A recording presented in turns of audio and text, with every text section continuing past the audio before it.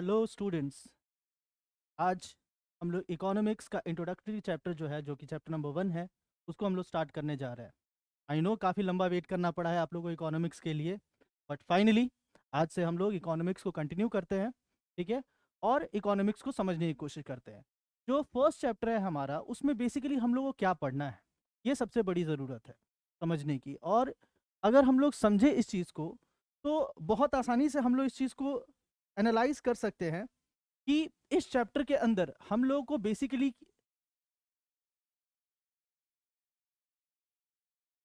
Economics क्या है इसको समझना है। इसके बाद इसके टाइप्स कितने होते हैं और किस किस पैरामीटर के बेसिस पे ये टाइप्स हैं, ये हम लोग पढ़ेंगे। इसके बाद फिर हम लोगों को पढ़ना है अबाउट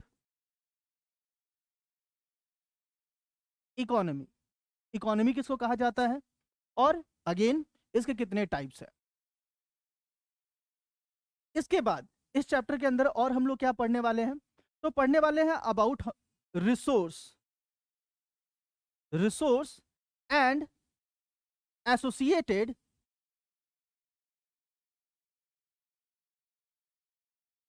प्रॉब्लम्स।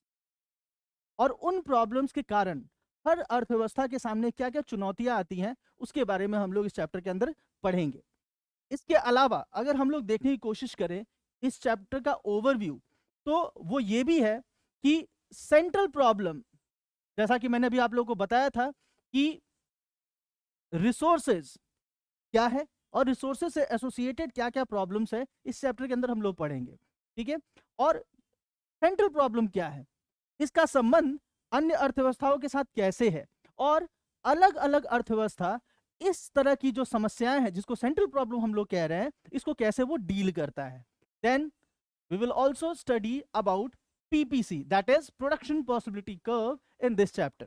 तो this chapter is very important, very interesting also, ठीक है। To have a proper base, हमारा जो एक इकोनॉमिक्स का बेस बन जाए, उसके लिए इस चैप्टर को थोड़ा सा समझना जरूरी है। क्योंकि देखिए अभी तक आप लोगों ने जो भी इकोनॉमिक्स पढ़ा है क्लास 10th में, ठीक है, उसमें ऐसा कोई दम नहीं था। जो रियल इकोनॉमिक्स है वो आपका अब पढ़ने को आपको मिल रहा है, ठीक है।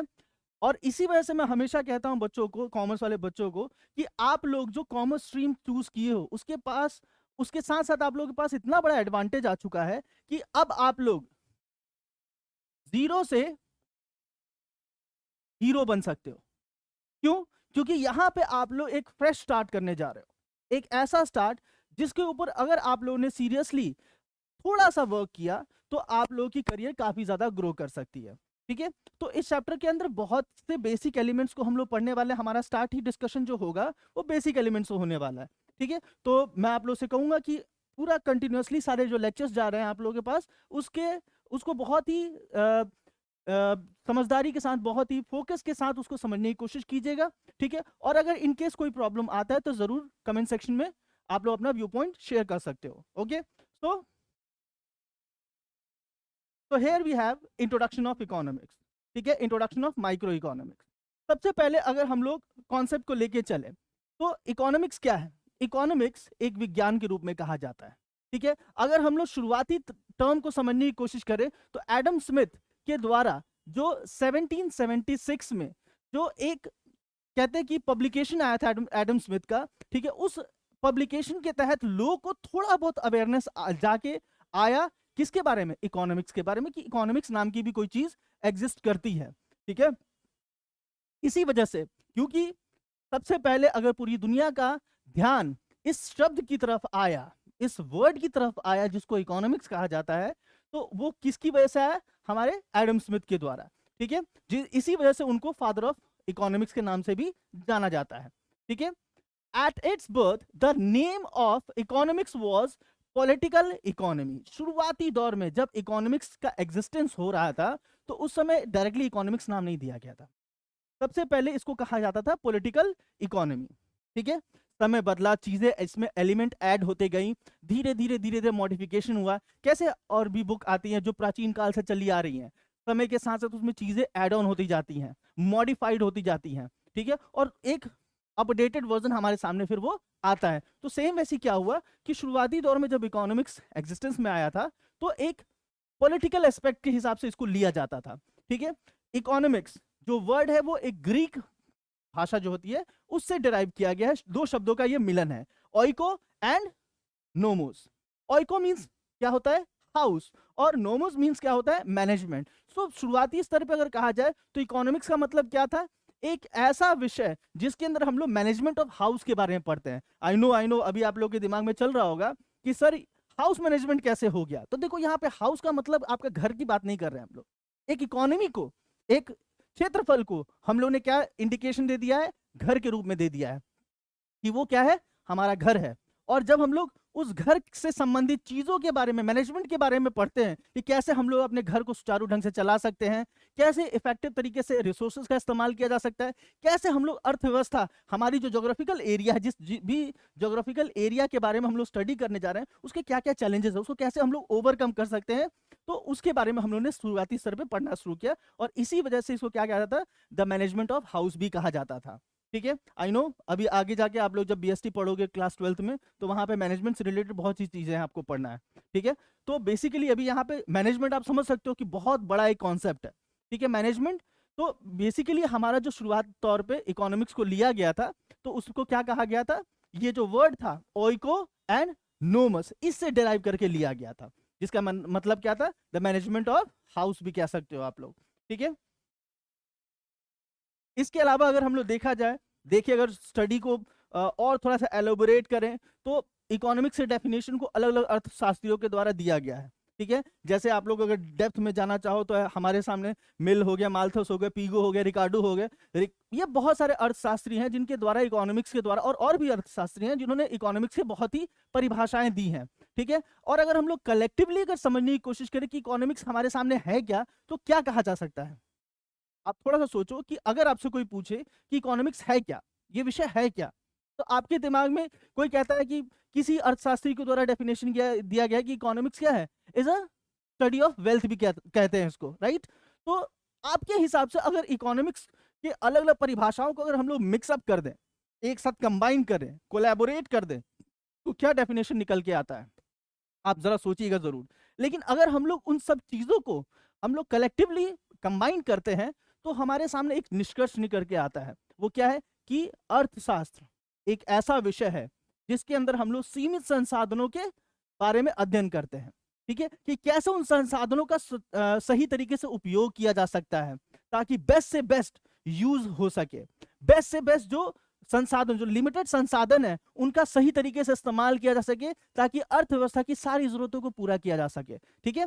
तो अगर हम लोग बहुत से डेफिनेशन को एनालाइज करने की कोशिश करें तो अलग अलग तरीके के डेफिनेशन हम लोग दे सकते हैं, बट कलेक्टिवली हम लोग इतना समझ सकते हैं कि इकोनॉमिक्स क्या है, एक ऐसा विषय है जिसके अंदर हम लोग सीमित संसाधनों के बारे में अध्ययन करते हैं, ठीक है। और साथ ही साथ हम ये भी समझने की कोशिश करते हैं कि कैसे इन सीमित संसाधनों का सतर्कता पूर्वक, समझदारी से इस्तेमाल करें ताकि हमारी जो अर्थव्यवस्था है उसकी जरूरत को पूरा किया जा सके। अभी आगे हम लोग समझेंगे कि हमारी अर्थव्यवस्था क्या है और उसकी जरूरतें क्या है, ठीक है। अब अगर हम लोग बात करते हैं सब्जेक्ट मैटर ऑफ इकोनॉमिक्स, तो देखो अगर हम लोग देखा जाए before 1930 there was only one economics, Ragnar Frisch coined the word micro and macro in 1933, ठीक है। अगर आपसे कोई पूछे कि सबसे पहला जो वर्ड है आपका माइक्रो और मैक्रो, जिसको आज के डेट में आप लोगों के पास बुक के रूप में दे दिया गया है ना कि माइक्रो आप लोगों को पढ़ना, माइक्रो इकोनॉमिक्स एंड मैक्रो, और अभी हम लोग जो क्लासेस कर रहे हैं वो किसका पार्ट है, माइक्रो इकोनॉमिक्स का पार्ट है। तो ये जो पहली बार माइक्रो और मैक्रो का कॉन्सेप्ट आया था वो किसके द्वारा दिया गया था, रैगनर फ्रिश के द्वारा दिया गया था। इन्होंने पहली बार ये शब्द को इंट्रोड्यूस किया था इन द ईयर 1933, ठीक है। एंड उस समय जाके इकोनॉमिक्स के दो ब्रांचेस सामने एग्जिस्टेंस में आए जिसको हम लोग क्या कहते हैं, micro economics and macro economics. Is it clear? Okay, अब हम लोग समझने की कोशिश करते हैं कि भाई माइक्रो का सब्जेक्ट मैटर क्या है, ठीक है। देखो बहुत सिंपल सा चीज है भाई, कोई अगर आपसे पूछ दे कि सब्जेक्ट मैटर बताओ माइक्रो का क्या है या मैक्रो का क्या है, या सवाल पूछ दे कि what are the components, what are the elements, what are the subject matter of micro, तो बहुत सिंपल सा चीज मैं आपको बताता हूँ समझने का, ठीक है। यू कैन इजिली से कि भाई all those points, all those topic, all those things that we study in the book microeconomics, they are the subject matter, they are the element, they are the component of microeconomics. तो basically same यहाँ पे भी आपको वही flow chart दिखाया गया है कि अगर किसी ने सवाल पूछ लिया कि भाई बताओ माइक्रो इकोनॉमिक्स और मैक्रो इकोनॉमिक्स का सब्जेक्ट मैटर क्या है, तो सरल तरीके से आप इसको समझ लो कि हम लोग इसमें क्या क्या चीजें भूल जाओ, मान लेते हैं कि सर ने ये चीजें पढ़ाया था हम भूल गए, बहुत आसान चीज है भाई, इतना तो याद रहेगा ना कि आपने माइक्रो के अंदर क्या क्या चीजें पढ़ा था। तो they are the subject matter, they are the element जिससे माइक्रो बना हुआ है, ठीक है। तो इसके अंदर हम लोग पढ़ते हैं प्रोडक्ट प्राइसिंग की, वस्तुओं का क्या दाम होना चाहिए, ठीक है। फैक्टर प्राइसिंग, फैक्टर का मतलब क्या होता है भाई, आप लोगों ने 10th में पढ़ा होगा ना ये चीजें, 9th 10th में, कि फैक्टर्स ऑफ प्रोडक्शन के बारे में। तो वो जो फैक्टर्स ऑफ प्रोडक्शन आप इन्वेस्ट कर रहे हो उसका क्या दाम होना चाहिए, ठीक है।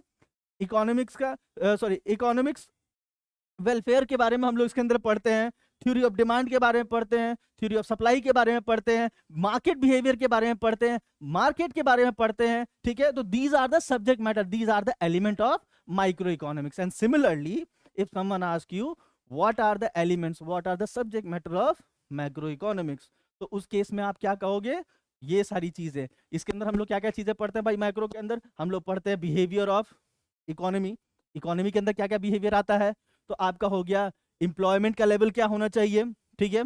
इसके बाद इकोनॉमी के अंदर वस्तुएं जो बेची जा रही है उनका क्या दर होना चाहिए, उनका क्या प्राइस होना चाहिए, राइट।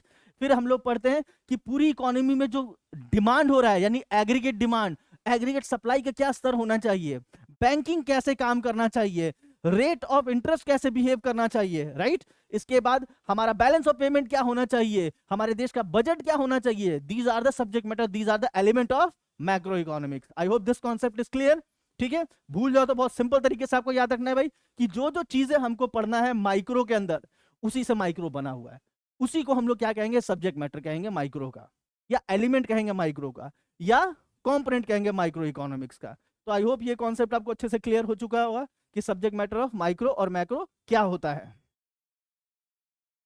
ये हम लोग ने, अगर हम लोग डेफिनेशन वाइज लेके चलते हैं तो बहुत सिंपल सा तरीका है इसको याद रखने का। तो हम लोग पढ़ने जा रहे थे कि अगर हम लोग कॉन्सेप्ट को समझने की कोशिश करें तो इकोनॉमिक्स दो हिस्सों में क्लासिफाइड है, एक कहलाता है माइक्रो और दूसरा कहलाता है हमारा मैक्रो इकोनॉमिक्स, ठीक है। जब हम लोग बात करते हैं माइक्रो इकोनॉमिक्स का, तो जैसा कि हम लोगों ने डेफिनेशन को बहुत इजीली समझ लिया कि भाई इकोनॉमिक्स क्या है, एक ऐसा विषय है जिसके अंदर हम लोग विभिन्न प्रकार के आर्थिक मुद्दों के बारे में अध्ययन करते हैं, विभिन्न प्रकार के आर्थिक मुद्दों तथा उनके समाधानों के बारे में अध्ययन करते हैं, ठीक है। और जब ये सारे आर्थिक मुद्दे हम लोग किस लेवल पे, इंडिविजुअल लेवल पे, किस लेवल पे, इंडिविजुअल लेवल पे पढ़ते हैं तो वो क्या कहलाता है, माइक्रो इकोनॉमिक्स कहलाता है। और जब उन्हीं इकोनॉमिक प्रॉब्लम को, उन्हीं इकोनॉमिक चैलेंजेस को हम लोग कलेक्टिवली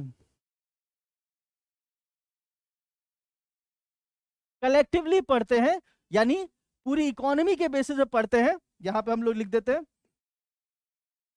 जब उन्हीं इकोनॉमिक प्रॉब्लम को हम लोग पूरी इकोनॉमी के लेवल पे पढ़ते हैं तो वो क्या कहलाता है, हमारा मैक्रो इकोनॉमिक्स कहलाता है। आई होप ये कॉन्सेप्ट क्लियर हो चुका होगा। अब इस चीज को समझने के बाद हमारा इतना तो समझ में आ चुका है कॉन्सेप्ट कि भाई इकोनॉमिक्स क्या है, इकोनॉमिक्स एक सब्जेक्ट है, राइट। एक ऐसा सब्जेक्ट जिसके अंदर हम लोग विभिन्न प्रकार के इकोनॉमिक इश्यूज के बारे में पढ़ते हैं। और जब इन इकोनॉमिक इश्यूज को हम लोग इंडिविजुअल बेसिस पे पढ़ते हैं तो वो कहलाता है माइक्रो, और जब कलेक्टिवली यानी पूरे इकोनॉमी के बेसिस पे, पूरे देश के आधार पे आप पढ़ते हो तो क्या कहलाता है, आपका मैक्रो इकोनॉमिक्स कहलाता है, ठीक है। इसके अलावा कई बार आपको इकोनॉमिक्स से रिलेटेड एक क्वेश्चन और पूछ लिया जाता है कि भाई बताइए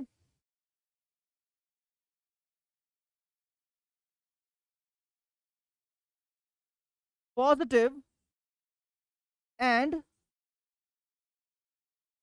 नॉर्मेटिव इकोनॉमिक्स क्या होता है।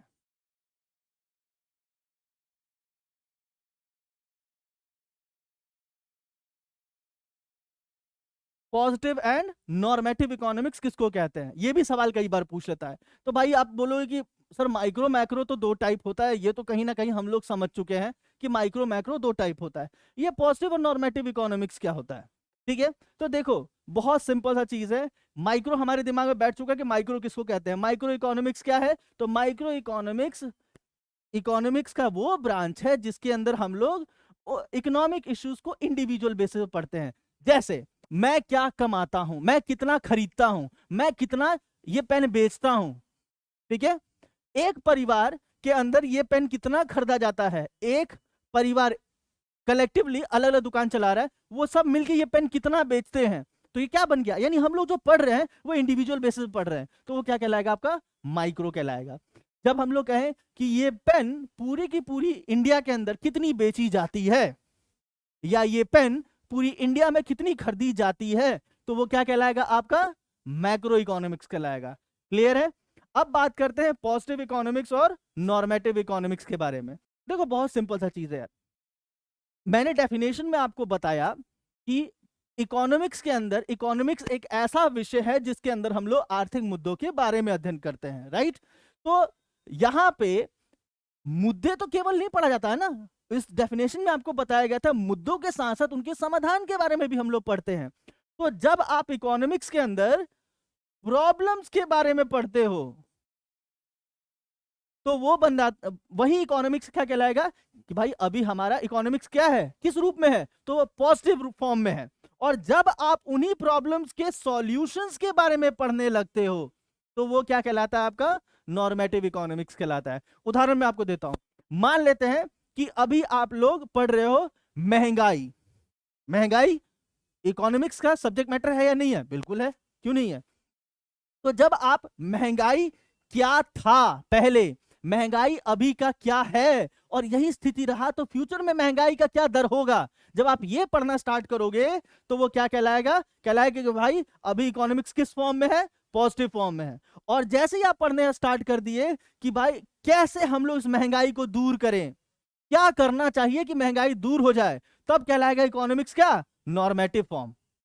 समझ में आ रहा है? तो अगर आपसे कोई पूछे कि बताइए टाइप्स ऑफ इकोनॉमिक्स, तो बोलोगे सर बड़ा कंफ्यूजन है।